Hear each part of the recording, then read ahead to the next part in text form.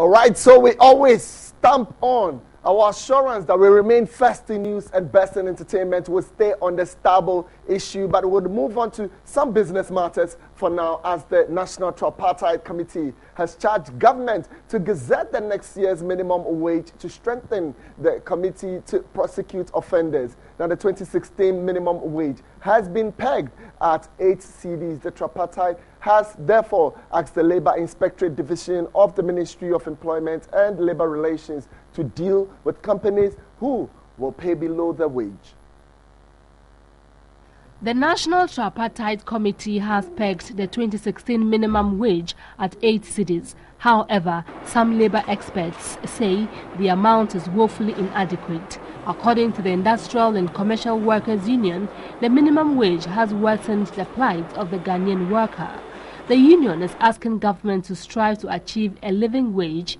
We should also be moving up from this deplorable minimum wage to a living wage. It's something that is attainable. If other countries have reached there, why not we also aspire to reach there? If we keep saying that the human being is the most important resource element in the workplace, and we are leaving the most important resource element to be entering into such living condition that is deprived, worse off, then we think we are not doing justice to that claim. It again asked government to resource the Inspectorate Division of the Ministry of Employment to deal with companies who will pay below the wage. No compliance, no action being taken, and these employers are still taking Ghanaians in their own soil for granted. And we think this thing must see an end. If this thing continues, maybe one day we will find ICU gunning itself again and putting workers on the street until heaven comes. Because see, we are a pressure group, and for ICU, we are not afraid to let the employer know that you cannot take workers for granted. The Civil and Local Government Staff Association, CLOSAC, charged government to immediately gazette the minimum wage to allow companies to comply. The tripartite discussed and the push for legalizing the minimum wage so that they will also make a publication in the papers for all employers to know.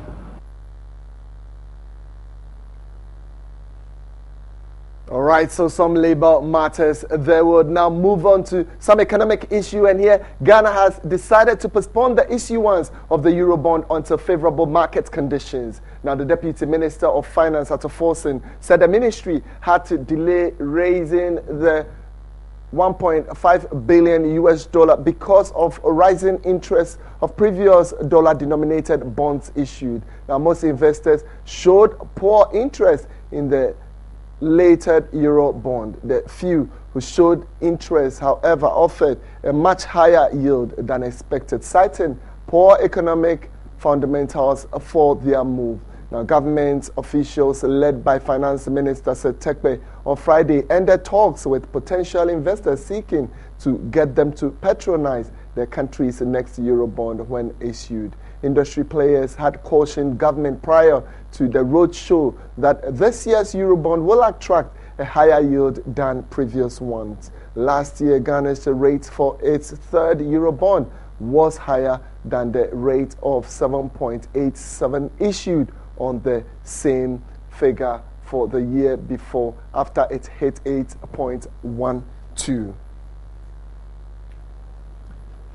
All right, so Dr. Alufa Bokpin, head of the University of Ghana Business School, joins us, the head of finance at the University of Ghana Business School, joins us on the line just to tell us some of the implications of the Finance Ministry deciding to give up on the Eurobond issuance at this point. Many thanks, Dr. Bokpin, for joining us. My biggest question now, does this have any implications on the Ghana cedis in the near term?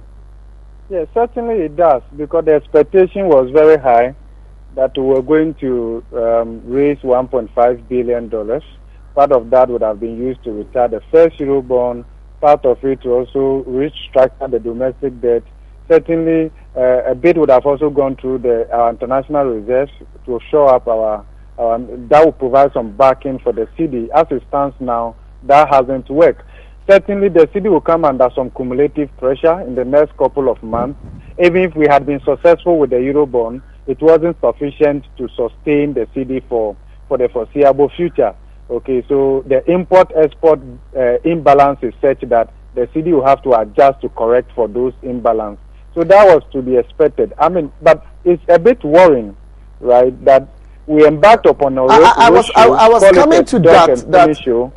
Dr. Yeah. Bokpe, I was coming to that where you say it was a little bit worrying. Now, can I not describe this whole scenario going out there on a roadshow with government officials and executives? Is it not embarrassing? It's a little worrying, for which one would have to be concerned, because if government's position is that market conditions were not favorable, when did we get to know? But I think that the variations in the yield that we saw in the secondary market is rather more of a reflection of the weaknesses in the political and economic fundamentals that we presented. Because you see, in the run-up to the roadshow, I mean, the rating agencies issued their reports and they were not favorable. Okay? So once there's a perceived default risk, then it means that investors will seek greater protection by demanding higher yield before they trade off their money. And we were not prepared. The whole issue was the fact that there was money. Yes, there were issues about global liquidity, the UX normalization of their monetary policy and all of that. But it has more to do with the weaknesses in our economy. You see, if you get onto the market unattractive, you'll be punished. So you see, the investors wanted to trade off their money, but they wanted to do so at a higher rate. Because what were they saying? They were demanding higher protection from perceived default risk. Default that could come from our inability to service the Eurobond, and then the principal when it matures. You see, we are almost in a junk territory, and that is how investors will treat you.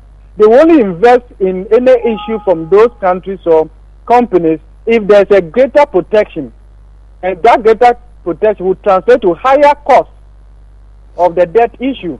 This is where we find ourselves. Because look, see, and you see, government was also backed out because it would have been a little funny that you are issuing a Eurobond, part of it to retire the first Eurobond that you did at 8.5%, and you have to issue another one to retire that one at much higher cost. Right. Certainly, that would have been a little funny.